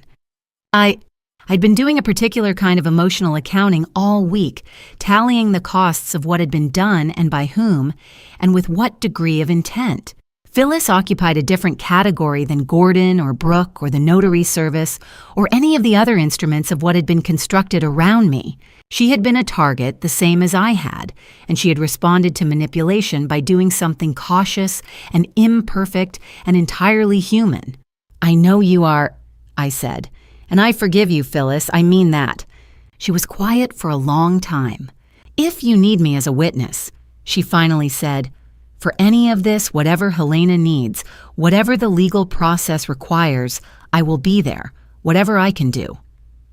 "I know," I said. "I'll let Helena know." We talked for another hour, not about Gordon or Brooke or the documents or the legal proceedings, about the 19 years of lunches and phone calls and the conference panel in 2006 where she had made a joke about quarterly, forecasting that I had never stopped remembering, about what a long friendship actually cost and what it was worth, and the strange mercy of having someone who had known you across enough time to remember who you were before the current week tried to redefine you.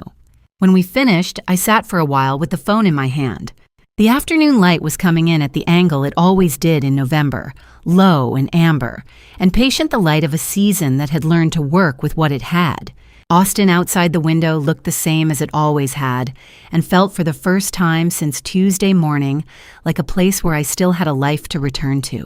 Phyllis had asked me, "That's your daughter Vivian. How do you forgive something like that?"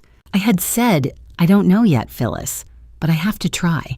I had meant both sentences equally. I set the phone on the desk and looked out at the city, and for the first time in 6 days, did not feel entirely alone inside it. 2 weeks is enough time for certain things to become irreversible. I had learned this in business. There is a point in any negotiation, any audit, any structural unraveling past, which the question shifts from, can this be stopped, to how does it end? The 2 weeks between the Sunday morning I had talked with Phyllis and the Saturday morning Helena called me had been, for Gordon Blackwell, exactly that kind of 2 weeks. The machinery had begun moving on Thursday the 6th when Helena filed. By the 22nd of November, the machinery had achieved its own momentum. Helena called at 8:30. I was in my office at Hartwell Dynamics. I had returned to the house in Terrytown on Monday the 10th after confirming through Helena that Gordon had arranged temporary accommodation elsewhere, and I had been sleeping in my own bed for 11 days with the particular satisfaction of a person who has reclaimed something that was always theirs. But I still arrived at the office early because that was who I was, and 2 weeks of upheaval had not changed it. "Good morning," Helena said, in the tone she used when the news was substantive enough to require a steady delivery. "I have several updates. Do you have time now?" "I have time," I said. The Travis County District Attorney's Office had opened a formal criminal investigation into Gordon Blackwell on the 18th of November. The predicate was the Terrytown title fraud, the 2019 document with my forged signature, notarized by a service that had since lost its state certification. On a date, my travel records placed me 3 states away. Helena had submitted the complete evidentiary package on the filing date, and the DA's office had moved with a speed that suggested the documentation had been unusually clean, which it had been because Priscilla had been preserving it carefully for 8 months on a private server that no one had known to delete. His bank accounts had been frozen on the 20th. All of them, the joint accounts, the variant name account that had been funding the Congress Avenue apartment, and the Houston Wealth Management account where $83,000 had been accumulated in careful increments below the reporting threshold. The freeze was a consequence of the criminal investigation rather than the civil divorce proceeding, which meant it operated on a different timeline and was not something Gordon's divorce attorney could negotiate around. How did he respond? I asked. His attorney filed a motion to contest the freeze, Helena said. It was denied Thursday morning. His attorney has also withdrawn from the divorce proceeding effective yesterday. I absorbed this. An attorney withdrawing mid-proceeding was not a neutral act. It was the signal of a professional who had looked at what was coming and made a calculation about their own exposure. And Amber, I asked. Helena paused for a moment in the way she paused when she was being precise. Miss Fielding vacated the Congress Avenue apartment on the 19th. The lease was in Gordon's name, or rather in the variant account name, and once the accounts were frozen, the lease payments became untenable. She has not been in contact with Gordon since, as far as I can determine. I thought about Amber sitting in the coffee shop near Domain Northside with a cup she hadn't touched, telling me that she had thought she was a destination. She had found out she was a bridge the same way I had found out I was being replaced through a document Gordon had been careless enough to leave where someone else could read it. The difference between us was 2 decades and the legal status of our relationships with the same man. I did not feel satisfaction about what was happening to her. I had not expected to, and I didn't. Brooke had contacted Helena's office on the 12th 3 days after she had left my hotel room. She had arrived with her own attorney, which told me she had been thinking clearly enough to understand that cooperation required independent counsel, and she had provided a formal statement detailing what she knew of Gordon's financial maneuvering, the board approach strategy, and the specific instructions she had received about how to interact with Priscilla and the firm's financial systems. She had also provided access to her own phone records and email archive, which contained communications with Gordon that corroborated the timeline the DA's office was constructing. Her attorney had negotiated the terms of her cooperation, which was appropriate, and which I had told Helena I would not seek to complicate. Whatever Brooke's legal exposure was, it was being addressed through proper channels by people whose job it was to address it. That was where it needed to be. Cornelius had called on the 20th, the same day the accounts were frozen, to inform me that the Hartwell Dynamics Board had issued a formal statement confirming the integrity of the firm's leadership and announcing the results of the independent forensic audit, which had identified and fully documented all unauthorized transactions. The audit findings had been submitted to both Helena's office and the DA. The board statement had been distributed to clients, partners, and relevant industry contacts, which meant that the professional narrative, the one Gordon and Brooke had been carefully constructing for the past year, had been replaced by a documented, audited, board-endorsed alternative. "There's one more thing," Helena said. "I'd like you to come in this afternoon if you can. There are documents to sign." I knew which documents she meant.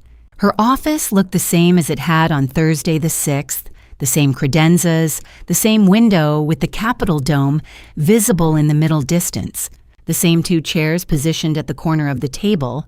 The November afternoon was doing the same thing November afternoons in Austin did, making the light amber and the shadows long, and the city look from 14 floors up, like something that had been arranged for the express purpose of being looked at from exactly this height. Helena set the papers in front of me without preamble. She had been direct with me since our first conversation, and she did not change the approach now. The petition for divorce formally filed on the 6th, with all supporting documentation attached. Gordon had not contested the filing. His attorney's withdrawal had effectively ended any organized response. The process would continue through the courts on its own timeline, but this signature was mine to place when I was ready. I looked at the pages. Gordon's name appeared on the first line, mine on the second, in the formal arrangement of a legal document that had no interest in the 31 years that preceded it and was concerned only with the fact of them ending. I thought briefly about the kitchen on a Sunday morning in 2004 when we had bought the house on Terrytown and stood in the empty rooms deciding which one would be which. About the flight back from a conference in Chicago in 2019 when I had been in the air while someone forged my name on a document in a notary's office.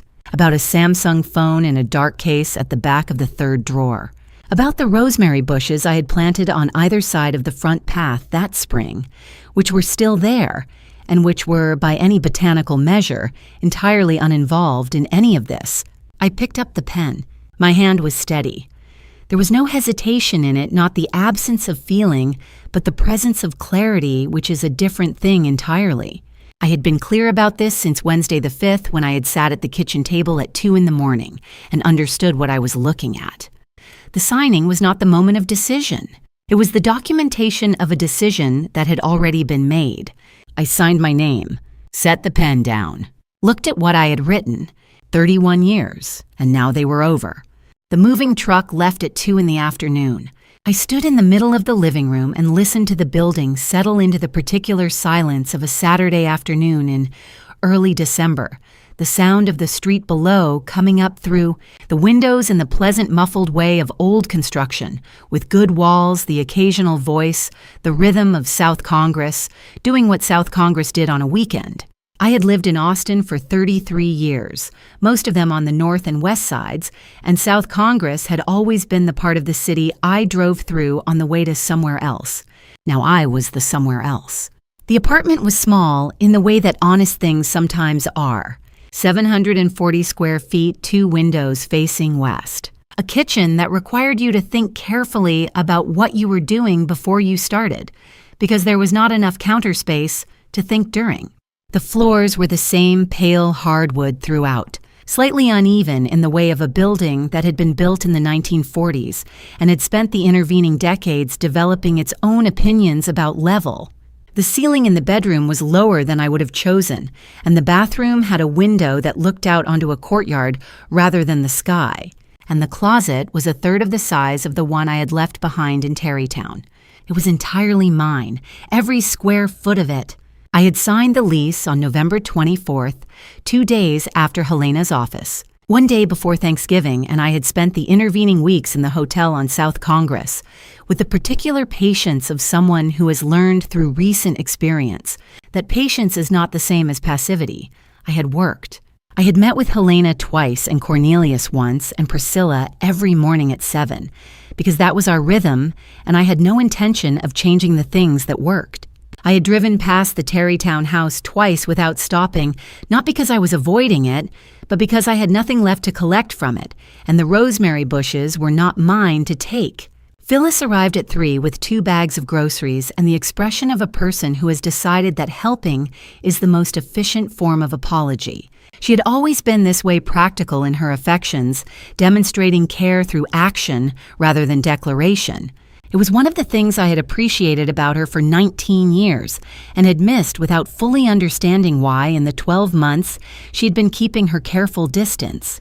She set the groceries on the kitchen counter without comment and began unpacking them with the organizational instinct of someone who had also moved several times and understood that the first thing a kitchen needed was something to put in it.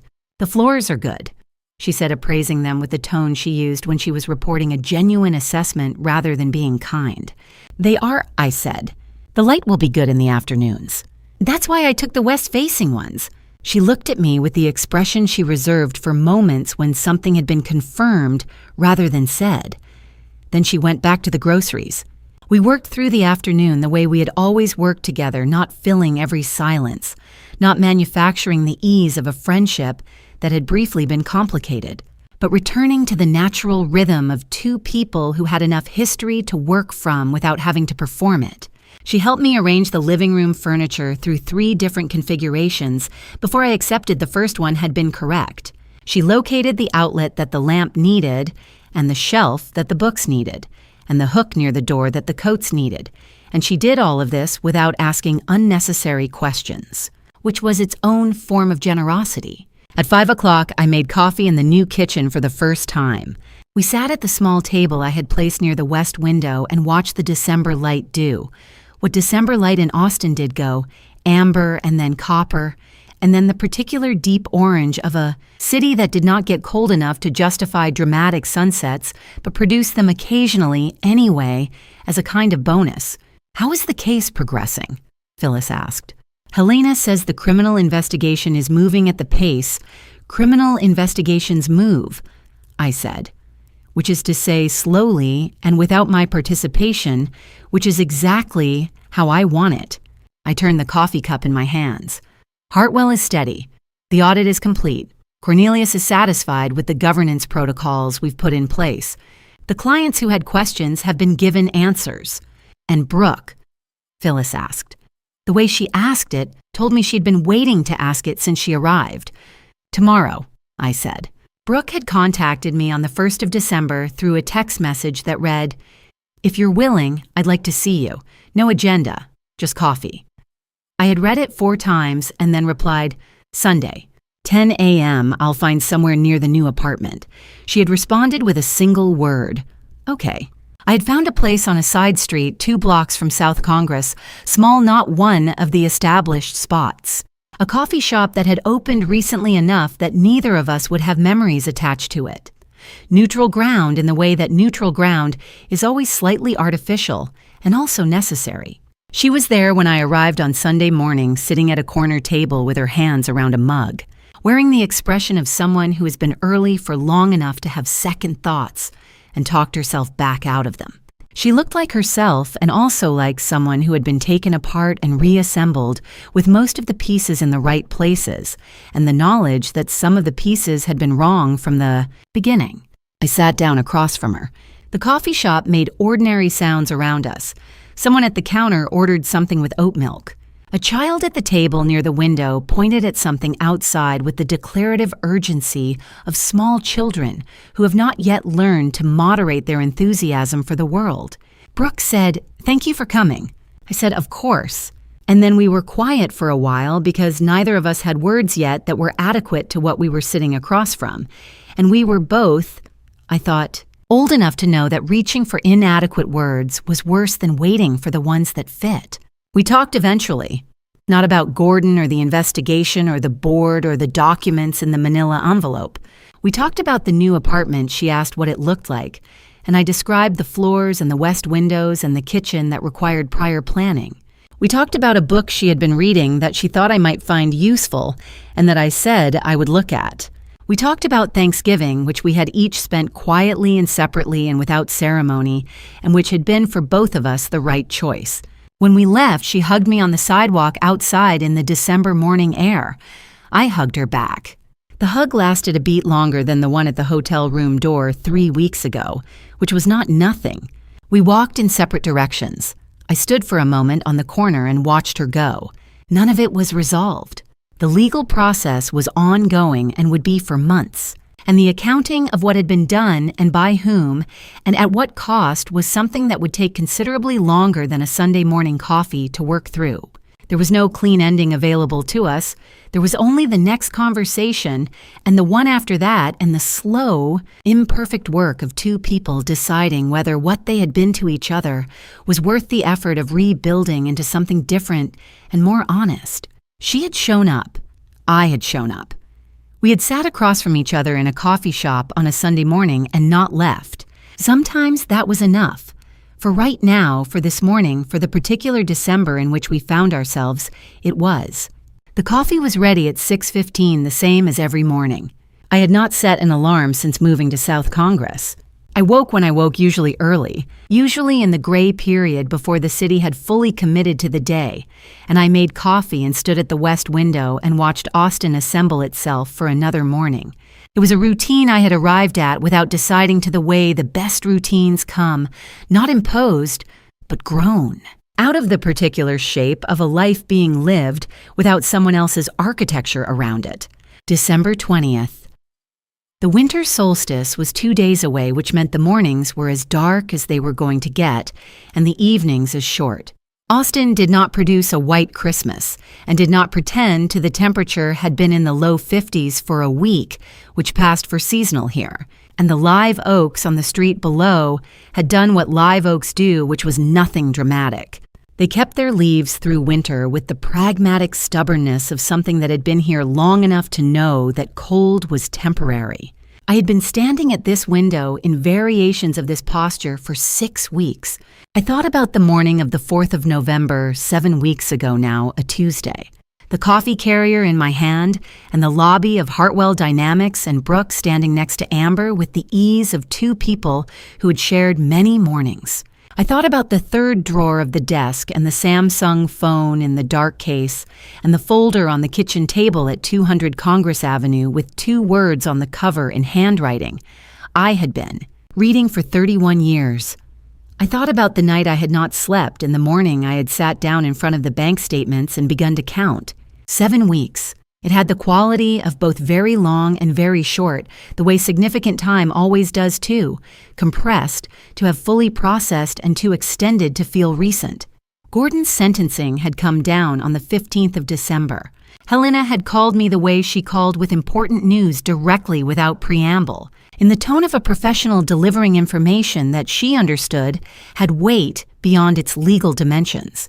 The charges had been document fraud and financial misconduct, and the Travis County Court had found sufficient basis on both counts.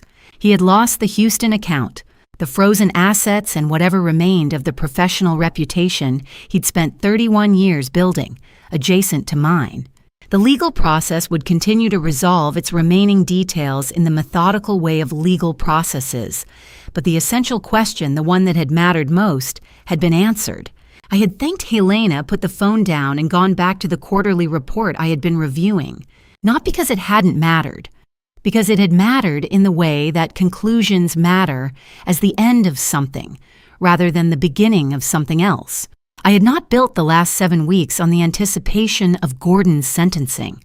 I had built them on the work of Hartwell dynamics and the slow, unsteady reconstruction of a relationship with my daughter, and the 19-year friendship that had been handed back to me intact, and the discovery that 740 square feet with west-facing windows and uneven floors was exactly as much space as I needed. Brooke and I had met 4 times since the Sunday in early December.